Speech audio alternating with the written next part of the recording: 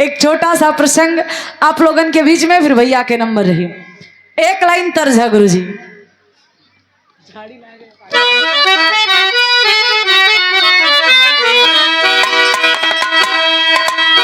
क्या करते थे, कैसे?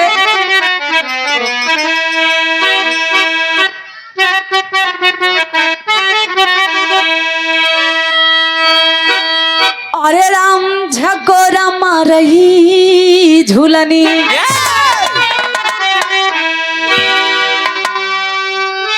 अरे राम झकोरा मारही झूलनी, तो साड़ी लहरायो झकोरा मारही झूलनी।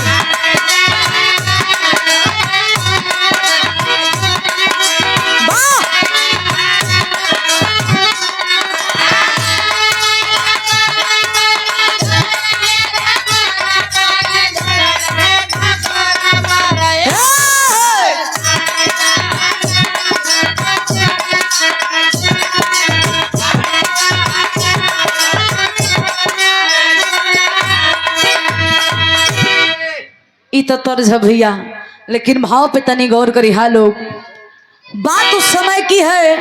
एक दिन भगवान श्री कृष्ण कन्हैया अपने महल में बैठल बैठल ऊब गई रहलन। अपने मंत्री से कहलन कि मेरी बात सुनिए, मैं कहीं घूमना चाहता हूँ, व्यवस्था करिए आप लोग, मैं घूमने अकेले ही जाऊंगा। भगवान श्री कृष्ण के आदेश के पालन भइल, रथ तैयार कर दिलन लोग।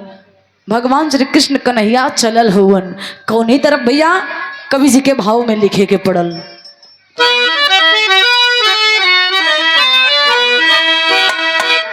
अरे गईले भगवान हो, भगवान हो, अरे घूमई के पीछे बनवा गईले भगवान हो।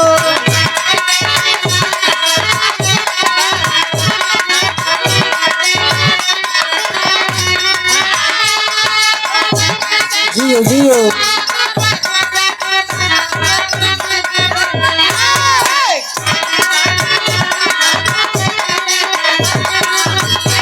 जियो जियो। भगवान कन्हैया रथ से चढ़ के जब जंगल की तरफ जात हो, तो घना जंगल बा। कहीं नहीं रथा कैसे हम वहाँ पार करब? एक काम कर, रथा यहीं साइड में खड़ा कर दे, हम पैदल सवारी यहीं से। भगवान श्री कृष्ण कन्हैया पैदल चले लगलन। हे भैया, जंगल बड़ा घना बा, अब बड़ी दूर तक वो जंगल हा। वही जंगलवा में भ्रमण करत हुवन। सवेरे से शाम भइल बा, त घटना घटा था कैसे?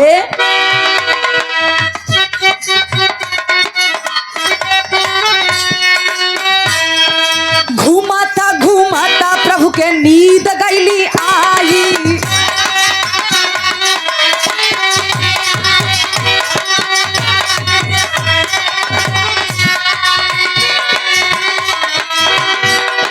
चमकल पाव तब बहेलिया डराई।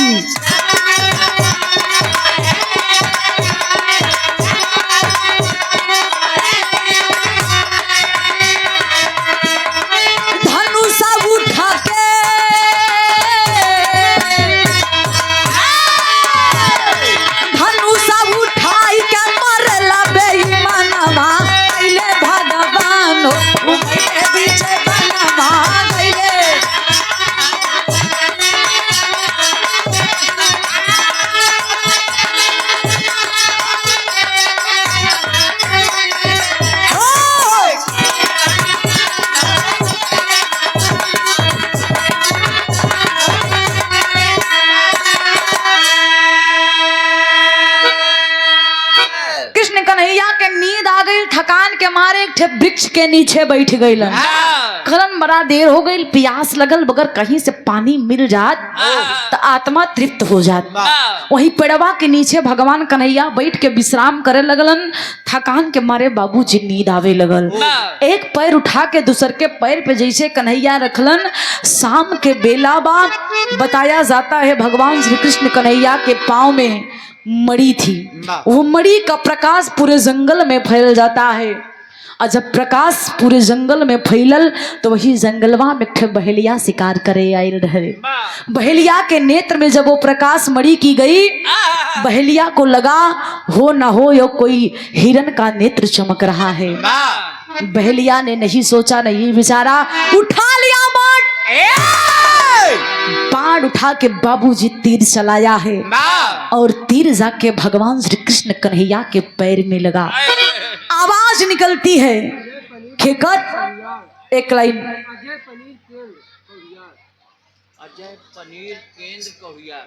अजय पनीर केंद्र। भगवान श्री कृष्ण कन्हैया के जब तारू में तीर लगल तब मुख से आवाज निकलल बा, केकर नाम लेलन कहे के पड़ल।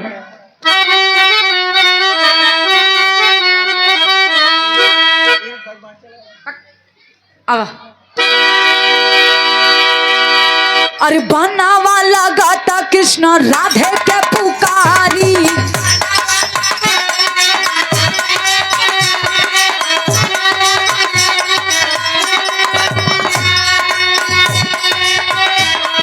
मानव के आवाज सुन के सोचे लाया नारी,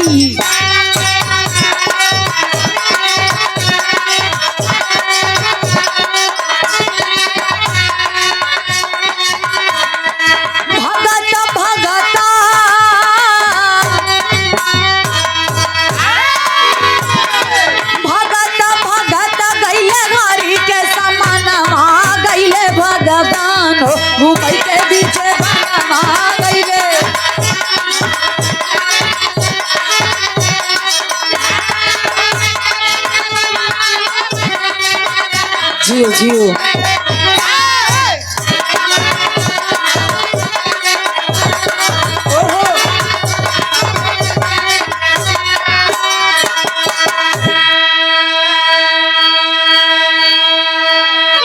बहेलिये ने जब तीर चलाया भगवान श्री कृष्ण के तारू में लगा, श्री कृष्ण के दिल से और उनके मुख से आवाज आया राधा शब्द। बताया जाता है जब हम किसी से प्रेम करते हैं तो चाहे सुख हो चाहे दुख हो सबसे पहला नाम उसी इंसान का आता है। भगवान कन्हैया के मुख से राधा शब्द निकलल बा और राधा पूरे जंगल में गूंजे लगल। वो राधा शब्द बहेलिया के कान में आवाज गईल बा।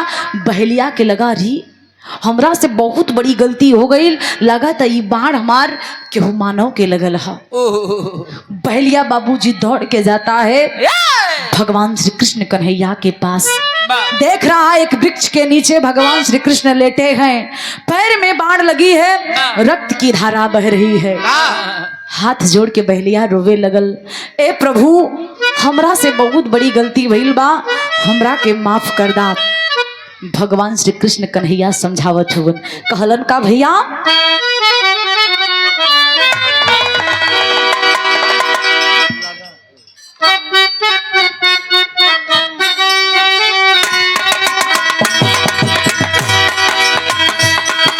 प्रभु से कहे कि माफ कोई दाना दानी,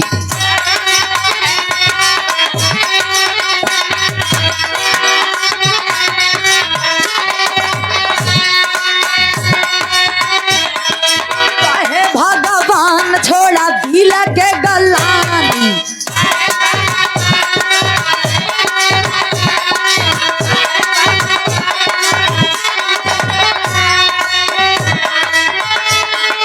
हम आई राम,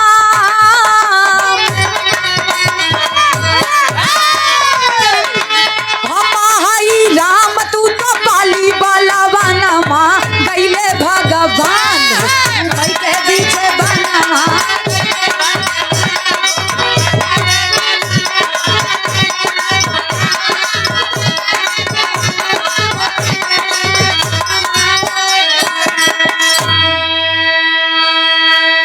क्या बात है, क्या कलाकारी है, पैसा तुम लोग को बढ़ जाएगा।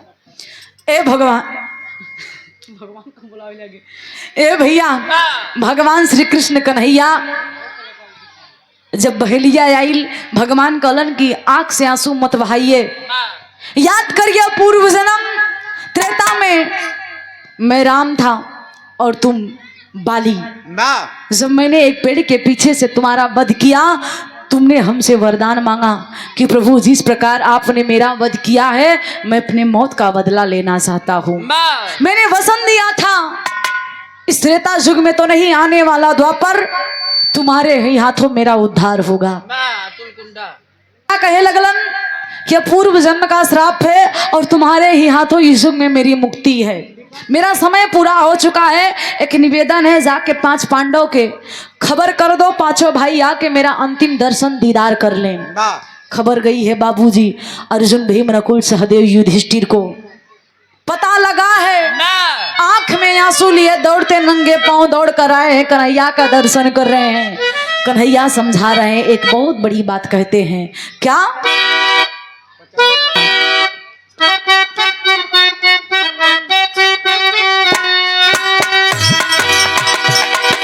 काठवा के पेटी एक आरा झुल्ली आई,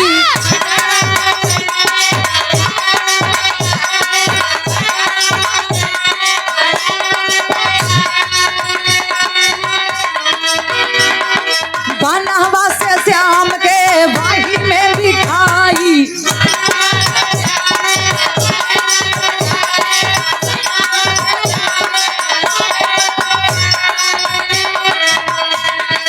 पानिया में बहे श्यामा,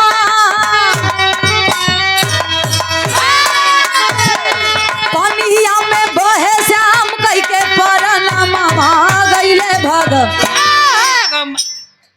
कन्हैया अर्जुन के आदेश दिलन कि आखिरी समय पूरा हो चुकल बा, एक काठ की पेटी की व्यवस्था की जाए, वही कठवा के पेटी में हमरा के लिटा के समुद्र मार्ग से उड़ीसा नगर में भेज दीजिए।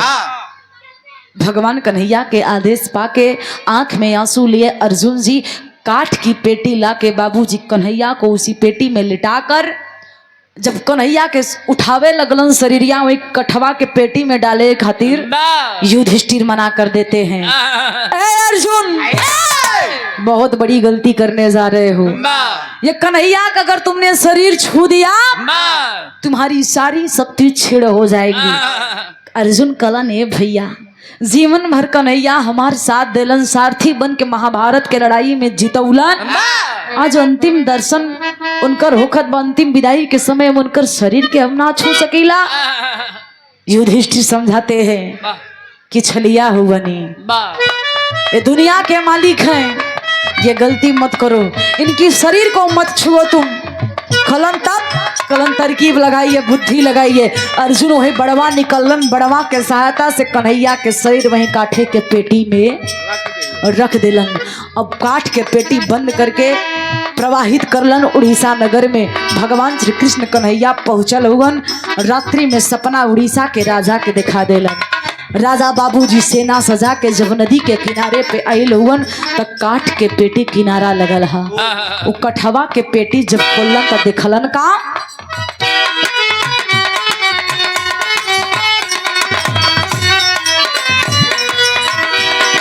सेना सजा के राजा आइले किनारावा,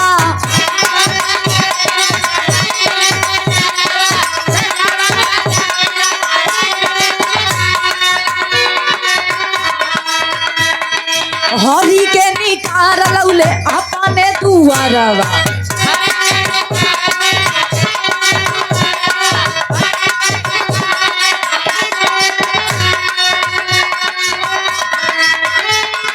हाथ पाँव काटा,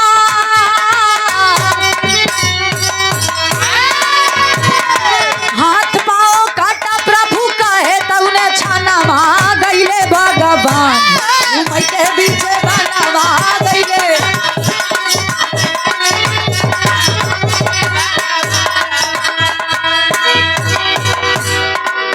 ए भैया, राजा किनारे पे काठ के पेटी लेके अपने राज दरबार में गए और जब कठवा के पेटी के खुलन तो देखत हुवन साक्षात श्री कृष्ण कन्हैया।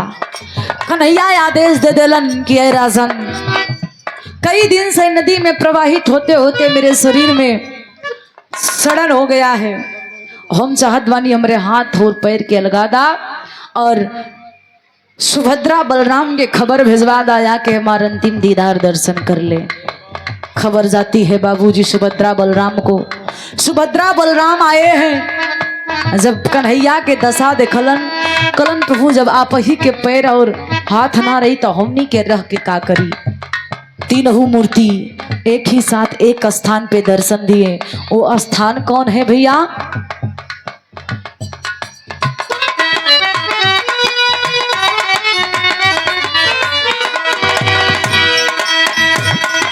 श्याम बलराम यौ सुभद्रा के निवास हो।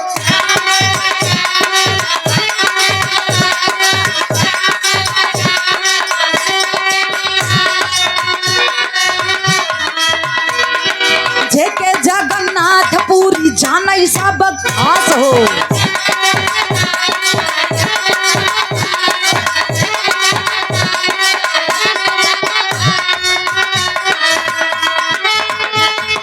भात भोज देले सब,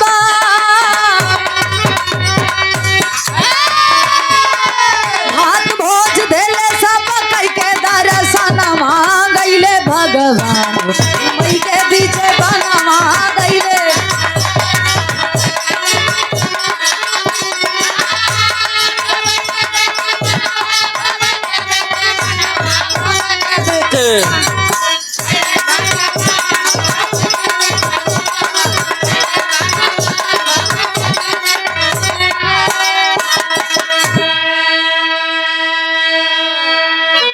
ए भैया, तीनों मूर्ति एक ही स्थान पे दर्शन दिए। उस स्थान का नाम पड़ा जगन्नाथपुरी।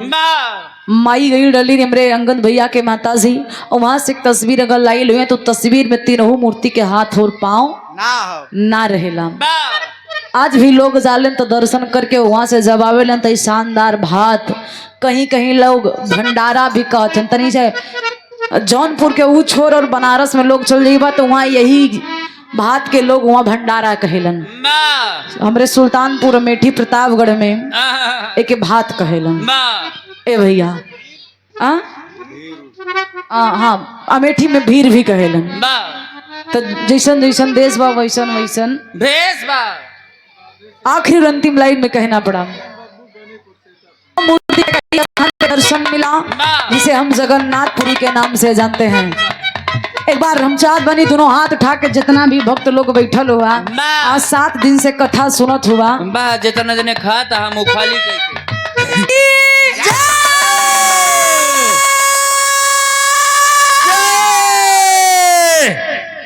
श्री कृष्ण भगवान की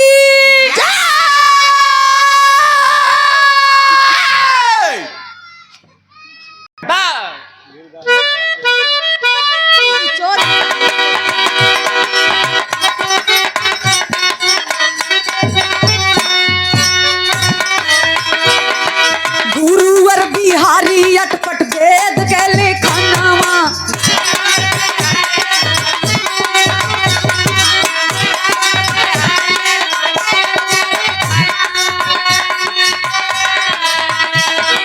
ओपी श्री राम कैले वेद से रचनावा।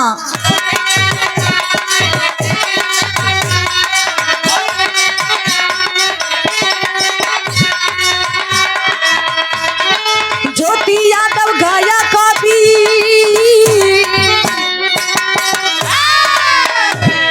अरे ज्योति यादव गाया कवि, चाहेला दर्शनवा गईले भगवान हो। अरे गईले भगवान हो, घूमई के बीच बनवा गईले भगवान।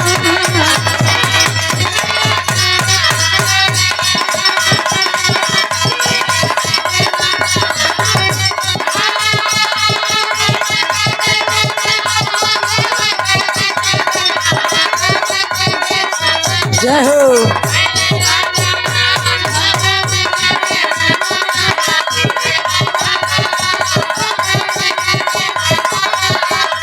गईले भगवान हो, घूमई के बीच बनवा।